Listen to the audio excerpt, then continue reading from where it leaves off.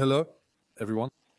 We are very happy to have you with us today to analyze the food industry trends, together with our long-standing partners at SIAL Insights. Hello, Karin. Hello, Jean-Gabriel. It's a great pleasure to see you with us again today. Likewise. Hello, Xavier. Hello. Welcome. Thank you. Hello, Maria. And finally, hello, Emily. Hello. So our partners from Kantar, ProtéinesXTC, Circana, gathered with us at SIAL Paris. And so, hello, Audrey, Director of SIAL Paris. Very good morning to everyone. It's a real pleasure to be with you this morning. SIAL Insight has become a strategy, at SIAL Paris. We've been publishing this white paper together for several years, which gathers the major trends of the food industry. And meeting an intercession made even more sense to allow us to anchor our market studies, to gain perspective and give visibility, especially to the evolution of behaviors and expectations in terms of innovation. So innovation is widely discussed in the sector, which is normal, but how is it showcased at SIAL Paris? Innovation is at the heart of SIAL Paris. It's part of its DNA, if I may say so. But we're going even further in 2026. We've written a manifesto that revolves around our major pillars, obviously transition, sustainability, market understanding, and of course, highlighting the most inspiring initiatives. Because ultimately, innovation nourishes us every day. And this phrase truly embodies the spirit of what we aim to prepare for 2026. Innovating today is working towards a more vibrant world. It's transforming our nutritional and environmental challenges into experiences to live. Innovation is at the heart of business. Innovating means choosing to give meaning to each action. It's rejecting inertia and preferring momentum. Magnificent. Magnificent. A manifesto that perfectly illustrates the theme of the 2026 edition, even more focused on innovation. And at the Expo, how will access be provided? How will access to this innovation, to these insights be simplified? Our objective is clear: to make innovation as accessible as possible. And in a world where everything moves faster, thanks to SIAL Insight, talks, summits, our analysis spaces, our different activations at the Expo, well, we want to enable professionals, whether they are industry players, distributors, startups, or institutions, to understand faster, decide faster, and innovate more effectively. This is truly the added value we're building for 2026. Thank you very much. Audrey. And 2026, we're almost there. And looking towards 2026, Karin, you're going to start the dance. But before, I would like to ask you a first question. We're all talking about innovation in the sector, but in your opinion, is it a choice for brands or an obligation? Well, today, innovation is truly no longer a luxury. It's really a necessity. Why? Well, because in a world where private labels are advancing, where consumers are increasingly demanding, well, in fact, only the brands that dare to be different, that truly carry meaning and stand out in their market, succeed. But innovation, it's true that it's risky, actually. 70% of launches fail. And the whole challenge will really be to reduce this risk. And how to do it? Well, thanks to market studies, and now also artificial intelligence. Okay, we will look at that together. First, you were talking about private label brands. How do they innovate? How do you analyze the change in this market, and ultimately, why do they manage to set certain trends?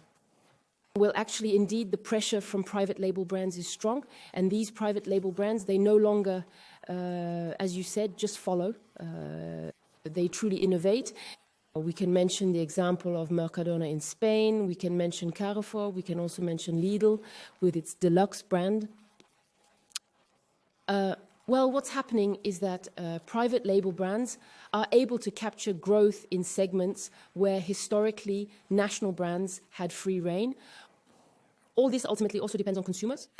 And them, in the end, what are they waiting for? Consumers, of course, they want everything. They want everything. They want convenience. They also want meaning, they want pleasure, they want sustainability, and so everything at once. We can mention Danone with Activia shot here, you know, convenience and health. We can mention Kitok or HelloFresh. These kits, these practical and personalized solutions. So indeed, consumers want everything. So speaking of consumers, we asked questions before this show, and among our audience, we had a question about Generation Z and Generation Alpha, which we talk about a lot right now, but it says they are very short-term, very fast, very dynamic. How do you keep up when you're a food producer? It's true that these young people and very young ones, they do indeed live in an ultra-dynamic world. Trends change very quickly. And what are they sensitive to?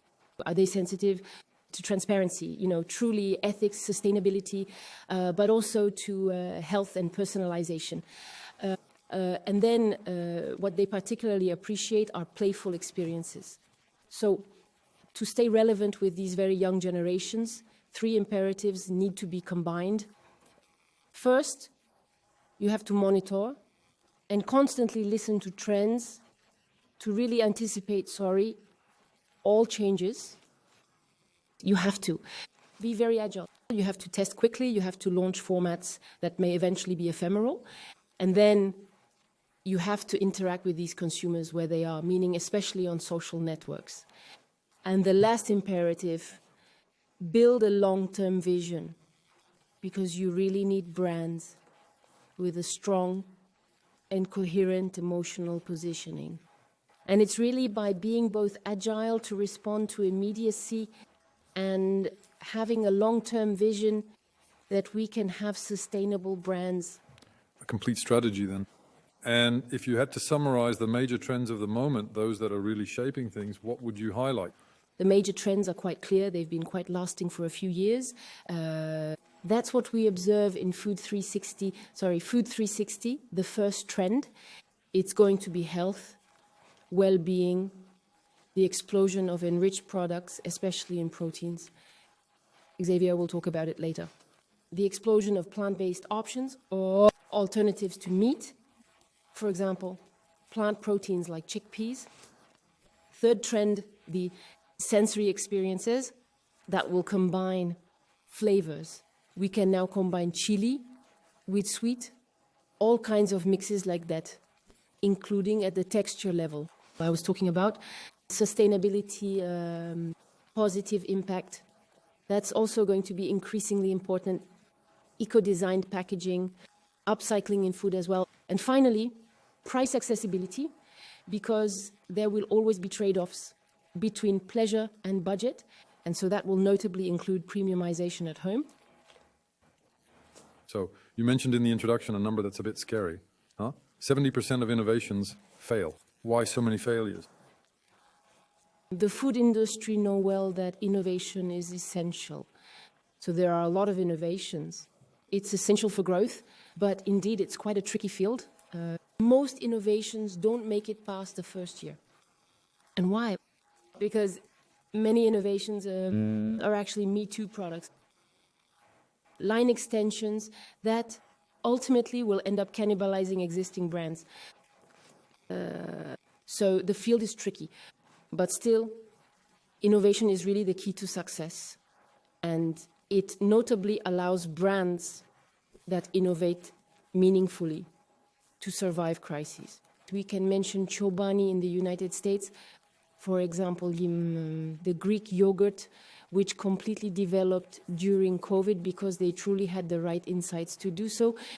We can also mention Fleury Michon, closer to us. What does it mean to be different, really? To grow, you have to be different in your market. Bring real novelty, be at the heart of trends, and carry meaning. At Kantar, we call it the meaningful difference. It's really essential. Brands that generate a meaningful difference actually have 2.5 times more chances to grow than their competitors. But again, beware of pitfalls, too many innovations, like easy range extensions, as I said, can dilute the brand instead of creating value. So there are ways to secure launches. And you're talking about studies. Specifically, how does it help to secure a launch? To maximize the chances of success, we need to rely, as you said, on market research. That means actively listening to the consumer. How do we do that? Well, we understand deep expectations, identify unmet needs, test ideas, concepts, packaging with tools that are agile, meaning very fast, like Kantar Marketplace, for example. And we adopt a test and learn approach, iterating learning, that is continuously integrating consumer feedback at every stage. All of this to secure decisions with truly solid insights. We obviously hear a lot about AI right now. How do you see its role in food innovation, artificial intelligence, that is? Artificial intelligence is truly a lever for innovating faster and innovating better. It will allow the detection of trends, consumer insights based on millions of data points. It will enable idea generation, idea selection, and very rapid screening before consumer tests with real consumers. It will therefore allow testing and optimizing concepts. And then it will enable personalization, adapting launch campaigns, for example, and continuously optimizing launches. But be careful. Artificial intelligence must always rely on real human reactions. Otherwise, it's really absolutely unproductive. So you really need the combination of technology and humanity. It's truly the key to innovate confidently. Very well. And in general, if you had to give some advice to the brands watching us, what would it be? So actually, I have 5 principles to recommend to brands. The first is to think differently. As they say in English, dare to break conventions and barriers. The second piece of advice is to be curious. Listen to even the faintest signals. The third concept is to always search for meaning. A successful innovation is really one that can tell a story. Fourth advice, test and learn. Test, constantly learn. Integrate consumer feedback from the beginning of your projects. And finally, and this is probably the most important advice, once your idea is ready to launch, take ownership and truly drive your innovation. Incorporate it into your brand's long-term strategy. It's the ultimate condition for success. Thank you. And in conclusion, beyond launching new products, what, in your opinion, truly makes an innovation succeed over time? So a successful innovation is solid insights, really rapid testing, execution that is truly consistent with the brand, and then an ability to create meaning. So dare to be different, dare to learn, dare to adjust, and truly keep in mind that market research and AI are not hindrances to innovation at all. On the contrary, they are levers to move faster and more pertinently. Very well. Thank you very much, Karin. Xavier, let me turn to you. You observe trends ever since you were a kid. We can say that. Do major food dynamics really change? Or do they just get stronger? They change, but they strengthen and probably evolve less quickly than in other areas like fashion. For example, where trends change from year to year and are dictated by something else. Food changes differently. That was just mentioned. There are major trends like pleasure, health, fitness, convenience, and ethics. And these trends do evolve nevertheless. Today's pleasure is much more. It's about meaning, about a variety of sensations, about new flavors. We're talking about chili. We're talking about things like truffle, tastes like ginger, things that are somewhat segmented. that we know, which were less prominent a few years ago when pleasure was more traditional, more sophisticated, more premium. Health is evolving too. Today, we've had a history with organic products. I remind you that in 2019, 2020, in Europe, 1 out of 3 new products launched was organic. Plant-based products also respond to health expectations, as seen at SIAL 2022. 23, 1 in 4 new products presented at SIAL Innovation highlighted its plant-based composition. So these are significant trends. Now, things are evolving, and the future is elsewhere. I would say that today we see health always present, but in a very functional way, perfectly adapted to the individual, to the consumer, in their individuality, catering to their personal needs. And the second major point is that all these added values we discussed today are not reserved for the wealthy. They should be accessible to everyone, to the largest number. So it's a modification of the products, since the product is its recipe, its packaging, but also its price, thus a price that is accessible to the largest number. Your intervention has 2 main parts, and the first time you speak, it's about functional health. Why is it changing everything? It's changing because when we talked about health until now, we addressed everyone. So there were reassuring products, products with simpler composition, less ultra-processing, more natural products. So that's somewhat defensive health, if I may say. But now it's functional health.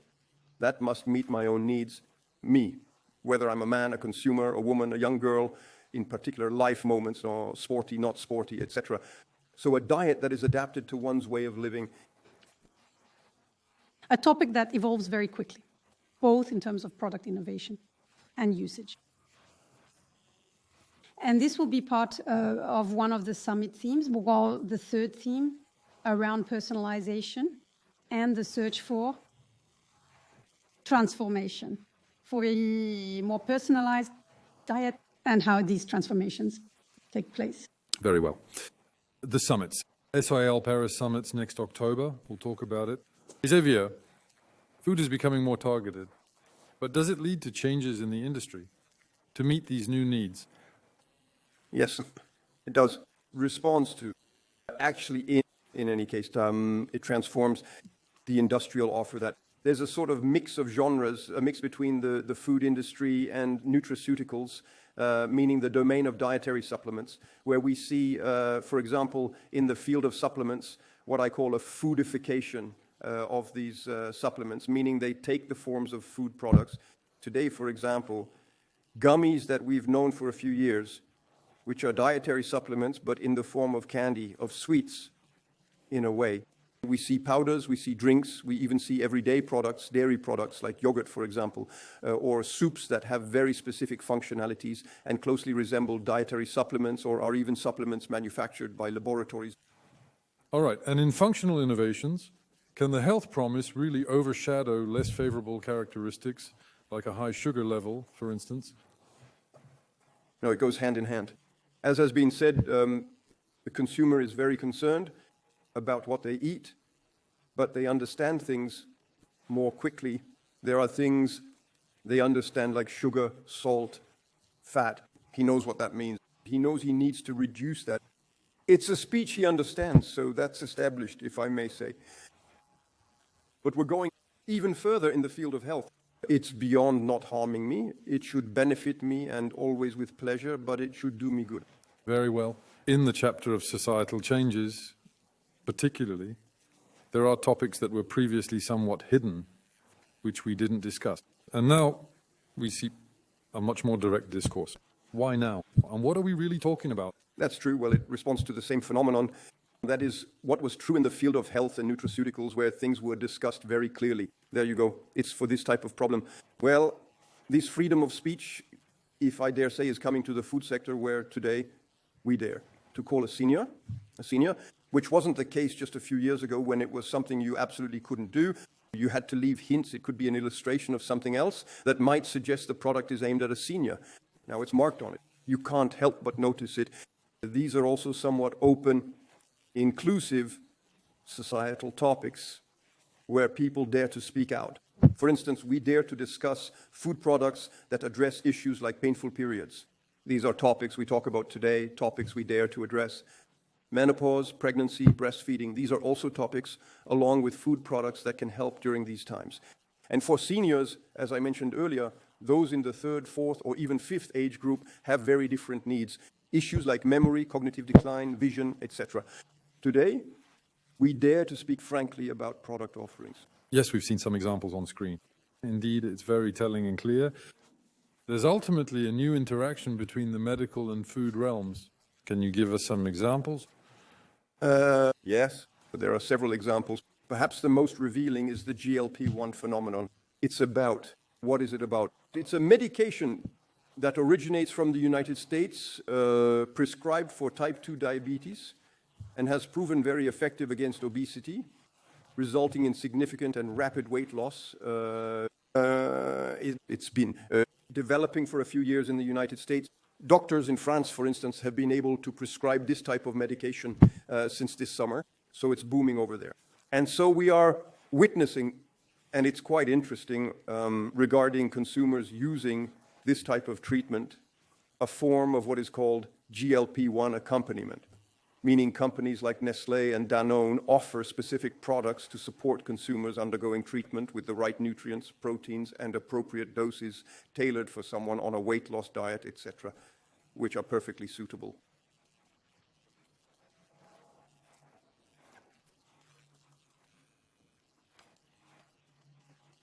It's a new generation of food industry products that accompany a pharmaceutical and medical offering. Very well. Thank you for the clarification. You have mentioned two major aspects. The second was a shift related to affordable innovation. Why has this become a major issue? It's become a major issue primarily because consumers worldwide are emerging from multiple crises. The pandemic, the crises from the conflict in Ukraine, societal crises, even political instability, and obviously inflation. Obviously inflation that has become widespread in all countries. We have a consumer, as studies show, who is anxious, worried about their future, even concerned about their ability to feed themselves tomorrow. So now they are waiting for prices. A fair price, the response. Until now has been somewhat binary, meaning value-added products we talked about, pleasure, health, fitness, practicality. And on the other side, lower-end, cheaper products, some store brands, most store brands in fact, and the lowest price options. Today, we see a genuine expectation and a new proposal from some players in the food industry to try to offer this added value, but at a price accessible to consumers. Important, meaning these products shouldn't only be suitable for those who can afford them, but for the larger population. And so does this affordable innovation exist? It does exist. It's not necessarily simple. There are precisely levers for this innovation. I'll mention a few. For example, we can start with just food waste. Waste for a consumer, a product they discard half of, for them it's twice too expensive. We can help them with that. Avoid wasting a product by specifying or using suitable packaging that, for example, allows for longer preservation. Or it could be the right doses, the appropriate consumption dose to avoid having to discard the product or anything else. It can also be products. Nowadays, promotions are mostly about volume. So for good deals, you need to buy in large quantities. And when you have 15 euros in your pocket, perhaps for shopping, you can't buy these products in promotional volumes. So perhaps it's also about the individual product, just what I need. And if I buy a hamburger steak only because I want one for 2 euros, if I have 15 euros in my pocket, I can buy it. There are several ways to meet the demand for cheaper products. It could also be simpler recipes, less sophisticated, less premium, as they say, but still enjoyable recipes, simpler, hence cheaper to produce. We've seen it in the example, an example on screen, for instance, the ham puree, which is very simple, or the unique de Charal hamburger steak, or Barilla's pesto. Barilla's pesto, 90 grams, whereas usually this kind of product is offered at 190 grams. We've all experienced when we open a jar, put it back in the fridge after using it, a week or two later if we want to use it, there's something that If we can have the right amount for the right use, but be careful with a price that remains accessible. It's not about gaining margin on your innovation. Very well. So, if you had to sum up in one sentence, what will shape the food offering in the coming years? In one sentence, I'd say, as mentioned earlier, the consumer wants everything. He wants everything. So, yes, the pleasure offering, because pleasure in food is a priority, and that's true everywhere in the world. We eat primarily for pleasure, but with guarantees of this pleasure, health guarantees. If we have doubts about the healthiness of the product, its safety, we have less pleasure consuming it. Guarantees in terms of practicality, ethics, ecology, So we never feel guilty when consuming a product. And in terms of health, a product that specifically meets my needs as a consumer, considering my lifestyle, my age, etc. And then, this added value remains accessible and accessible to as many people as possible. We're heading towards that, I'm convinced. Thank you very much, Xavier. So, you mentioned it, we saw it with Karin as well. There's innovation in the product itself, but also innovation in terms of usage. Maria, I turn to you. This evolution in usage is also very clearly seen in out-of-home consumption practices. And that's exactly what you analyze daily, Maria, with Circana's data. Yes. So really, Audrey, we're looking at everything consumed out of a home, like fast food, table dining, canteens, but also possibly retail snack purchases for immediate personal consumption. And at Circana, we have a panel of guests who consume out of home, responding to questions about their habits in 12 countries. And we are specifically focusing on the 5 European countries to analyze what's happening in total across 5 aggregated countries: Germany, Spain, France, Italy, and Great Britain. So what struck us in these analysis results is that in 5 years, the weight of lunch in the out-of-home visit structure decreased by 2 points. It went from 28% to 26%. And this actually corresponds to 1 billion visits, still across the total of 5 countries. It's huge. 1 billion visits, 2% equals 1 billion visits. Exactly. It's far from neutral. Yes. It has been redistributed to other consumption times. And especially, several factors have influenced this evolution. Firstly, there's remote working factor that has grown. So remember, in 2019, only 23% of European employees were in total or partial telework. And today we're around 41%, with Great Britain and France leading at about 49% in partial or total telework.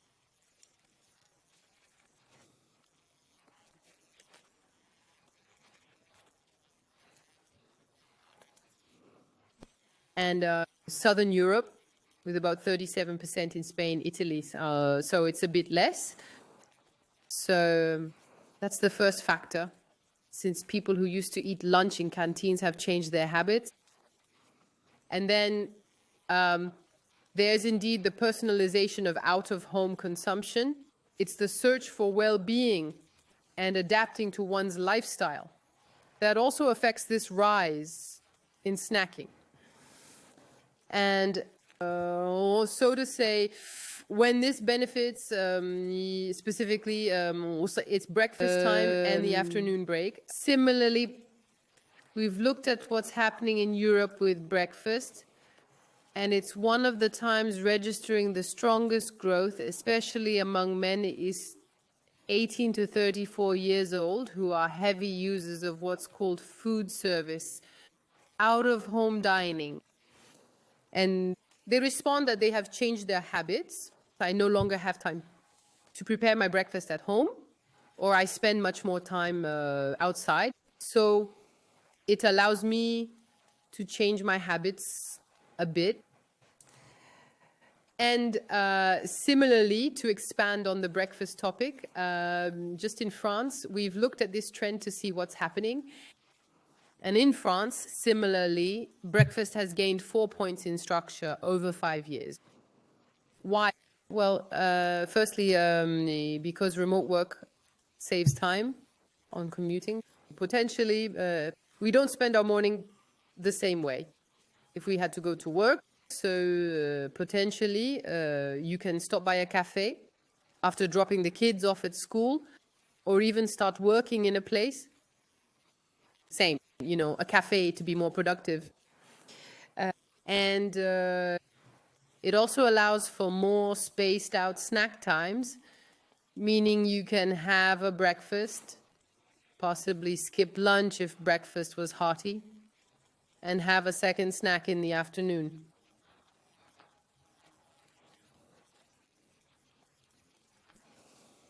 So the average cost of a snack is around 4 euros, whereas a lunch costs on average 11 euros in out-of-home dining across all sectors. So potentially you can have 2 snacks instead of a traditional meal. All right, very good. We see that the economic leverage can be significant. But then we had a question that goes in the opposite direction. Are there consumers willing to pay more for so-called luxury or premium snacks? Oui. Yes, we can. It implies that well-targeted products, for instance, in areas with higher incomes like La Défense or the City of London, can indeed offer more premium sandwiches with premium ingredients. Because people, especially out of home, want to treat themselves and possibly eat something they can't prepare or don't have at home. So that can be a motivation. The second motivation, it's indeed the search for the added value of the product. So if the snack meets a functional need, for instance, I went for a run during my lunch break and then need something rich in proteins, that also helps the consumer who is willing to pay a bit more. However, if they don't see this added value and the price exceeds what they would like to pay for dining, sometimes it's the dining that will prevail in this choice.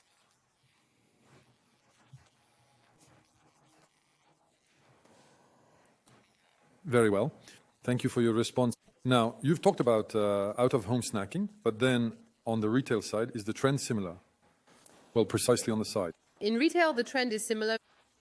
It seems to be a large market booming in Europe, given that we, with the panel of restaurant diners, only track immediate personal consumption, limited to what the consumer has eaten during the day. Really, dishes that don't require specific preparation, such as salads, sandwiches, sushi, onigiri, all types of dishes like that. And as an example, actually, retail then.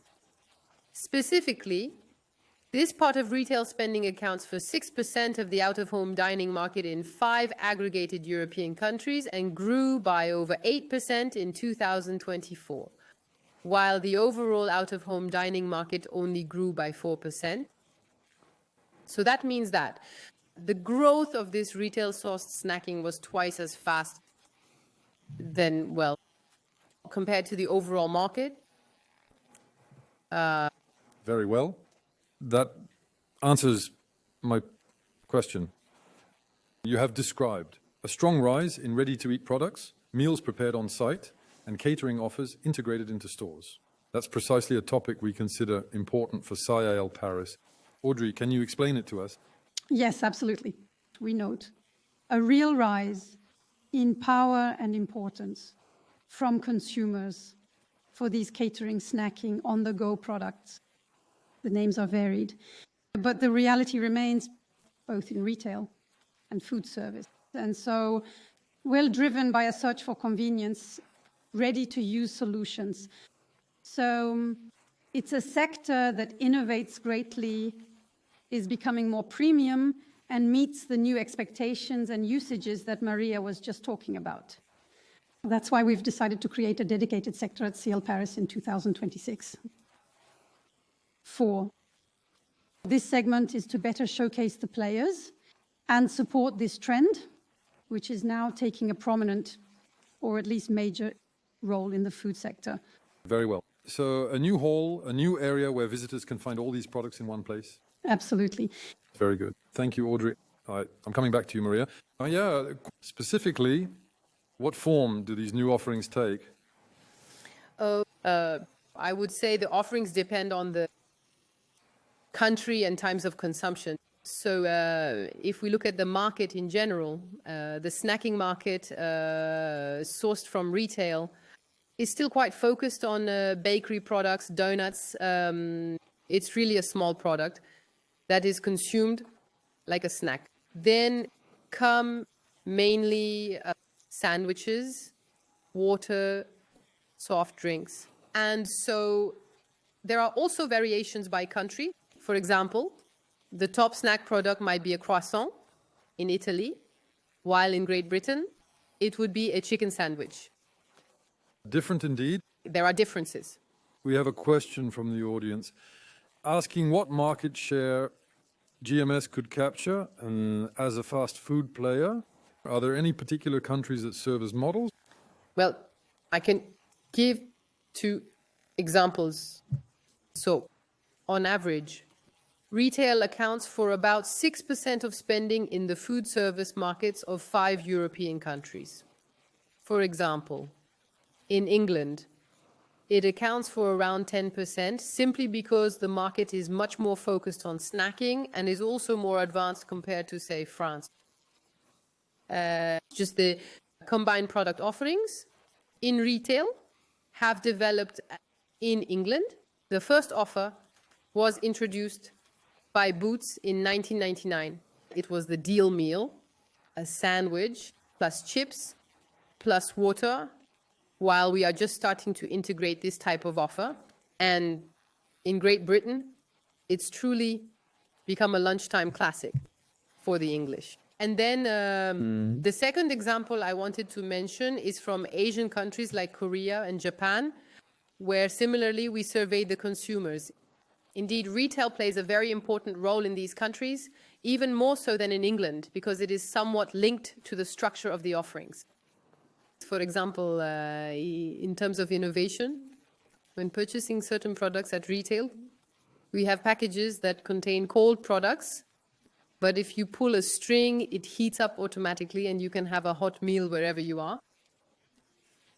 We're not quite there yet, but I'd say there are innovations that enable both nomadism and convenience in an extreme sense, offering the practicality that consumers are looking for very well. So indeed, with this packaging, you don't have to take it home to heat it up or look for a microwave somewhere. You can do it directly, wherever you are.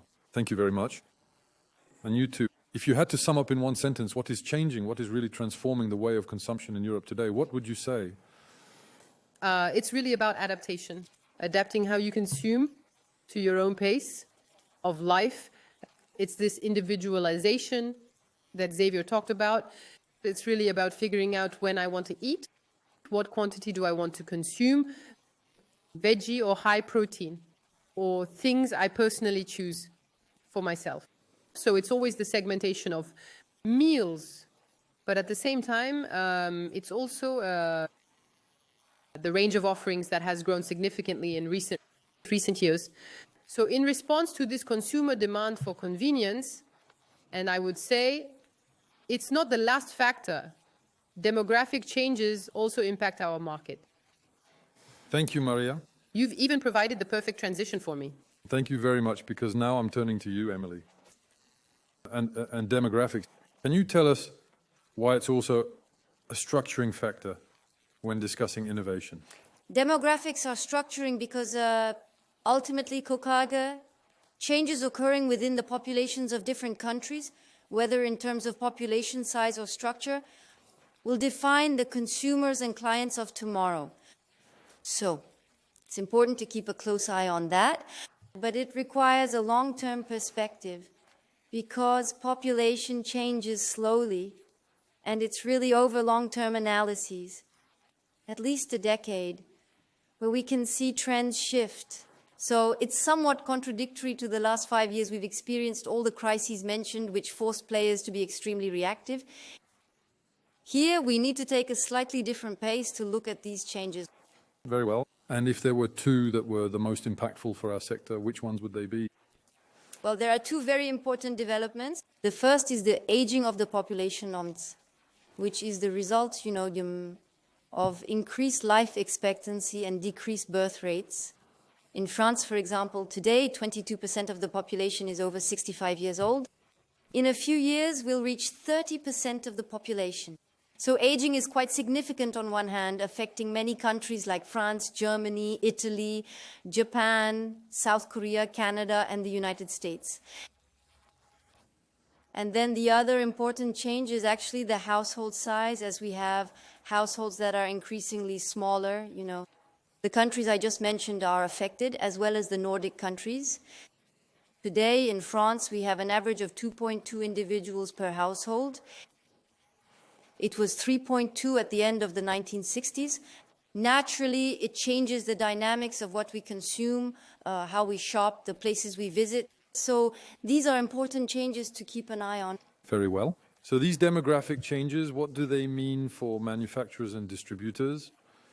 Well, they will involve many changes, many adaptations in various fields, and consequently, they open the door to a lot of innovations, product innovations, of course. A senior, well, even though there's a generational effect where more and more seniors will have grown up in the consumer society, which will naturally change the profile of seniors, there are still specific issues that come with age, as we mentioned earlier. In terms of more functional nutrition, with more seniors, products addressing immunity, intestinal health, digestion, protein reinforcement, since we lose proteins as we age. Seniors who are very attentive to the naturalness of products and the level of processing, and seniors who cook more as well. So all of this provides quite a lot of ideas. And then, when we're a household of one or two people, well, the more we can be offered products that do multiple things, the more interesting it will be. Because a small household might have significant housing constraints and thus budget pressures, making price attractiveness, as we discussed, very important. And then when you're alone too, well, you might wonder what you do when it's Christmas, what you do when it's Easter. So this also provides an interesting field for innovation in celebrating with food when you're alone. There are many things to do from that perspective. But well, after all, we talk about seniors, but there are seniors of different ages and different profiles of seniors. A senior living in the heart of a major European capital won't have the same expectations, the same needs as a senior living in a more rural area. So there's segmentation and refinement to be applied there as well. Very well. And Among the things that need to adapt, can we talk about packaging as well? yes, because it's true that when you're alone, for example, or two, well, you need to think about the portion size or the portionability of products to have something that meets your needs. Ease of opening. There are certain packages that can be, as we age, a bit difficult to open, so that can be a real hindrance. And then the readability of the packaging, because the packaging, it still remains the number one vector for gathering information about a food product. So it needs to be readable. The font size, the color contrast for older people. Very well. Not necessarily. You don't have to be older. I can vouch for that. And in terms of communication, how do we talk about these new segments or to these new segments exactly? Well, there's a lot to invent here. It's true that there's a lot of thinking about how we address the younger generations, Gen Z, Alpha families who, since the beginning of the consumer society are. Brands pay great attention to families because it's an interesting target. But today, to give you a figure, in France, it's estimated that already half of the sales in supermarkets are made by small households, meaning as much as families. So we need to find a way to address people who live alone so that they feel involved. And then, I would say, especially to seniors, we have some difficulty properly addressing this target, a sort of awkwardness, in addressing this target, which is, however, extremely interesting because it's already numerically large and will continue to grow. In France, seniors, for example, have purchasing power, they're less sensitive to price, more loyal to brands, they have time. So that makes them interesting profiles, but we still need to include them in advertisements, in messages, where today they don't find themselves very much, ultimately. Very well. And once we've communicated, there's another very important topic, which is execution in store. Why is it so crucial? It's very crucial because we've talked a lot about creating the right product that fits a real trend with an appropriate pricing strategy. So that can be extremely well done. But the product, let's not forget that it's going to be placed in a supermarket or even a hypermarket in France, where the consumer is exposed to thousands of references during their shopping journey. When you enter the yogurt aisle in France, for example, there are 900 references. So the product really needs to stand out, because if the consumer doesn't see it, no matter how great your product is, the story won't begin. So visibility is very important. Yes, you're quoting some impressive figures in that regard. Indeed. 14% of shoppers claim to have seen an innovation. Yes, that's right. Innovation has a big problem today, which is why many innovations struggle to break through. One of the factors, though not the only one, is a lack of visibility, because only 14% of people say they've noticed innovations on the shelves, even though those products really are there. So there's a kind of invisibility of innovation that needs to be addressed. Yes, it means that 86% of people haven't seen your product if it's not visible. Exactly. So practically speaking, how do we make sure to be seen? Do you have any strategies you can explain? There are different ways to make innovation visible, which also depend on the resources of the brands. But firstly, the key element is to try to multiply facings, because increasing the number of facings will create visual impact. So when the shopper enters the aisle, they're more likely to notice if there are 5, 6, or 10 facings of the product rather than just one. That's the first lever. Another important visibility strategy is to move the product out of its usual aisle and make sure it crosses the consumer's path through a gondola end or a central island in the store. Then there are visibility tools like shelf stoppers, signage, and displaying the product if possible. That will create a visual break and catch the consumer's attention. Then there's the aisle where the product is placed. Some aisles in stores have a lot of traffic, while others have less. So the closer we are to a high-traffic aisle or placed within one, the better. And finally, a fundamental element is packaging. Once again, there are plenty of references on the shelves. The idea isn't necessarily to completely break the category's codes, but to stand out in a unique way. Identify a color, packaging shape, or font that makes the product stand out. Very well. So being seen is one thing, but being understood is essential, isn't it? Yes, it's true that it's somewhat of a challenge. Karin put it very well earlier. The product needs to meet expectations and be visible. And it's true. Once the consumer sees the product and picks it up, the journey isn't over, because they need to be convinced. And here, the packaging is once again crucial, because what we want to communicate must be understood by the consumer, so they end up putting it in their cart. So understanding is also an important step. The challenge isn't completely over, because we can also talk more specifically about local shops, right? Yes, it's true that Local shops are small retail outlets. They are outlets that are expanding greatly in shopping because they align with the demographic changes we mentioned earlier. More seniors, smaller households, and changing mobility patterns as well. So expressing the product in a small outlet compared to a supermarket isn't the same. Shelf space is much more competitive. So you really need strong arguments to get your product listed in these stores. Thank you very much, Emily. And you were talking specifically about channels that are changing. There's another place where innovations must exist, and that's e-commerce, right? Well, yes, e-commerce, which isn't the main channel used, but on average, at least 1 out of every 2 consumers does their shopping online every 6 months. So it still needs to be developed. However, it's a circuit where innovation is very poorly visible, even less so than in traditional circuits. And impulse buying is almost non-existent.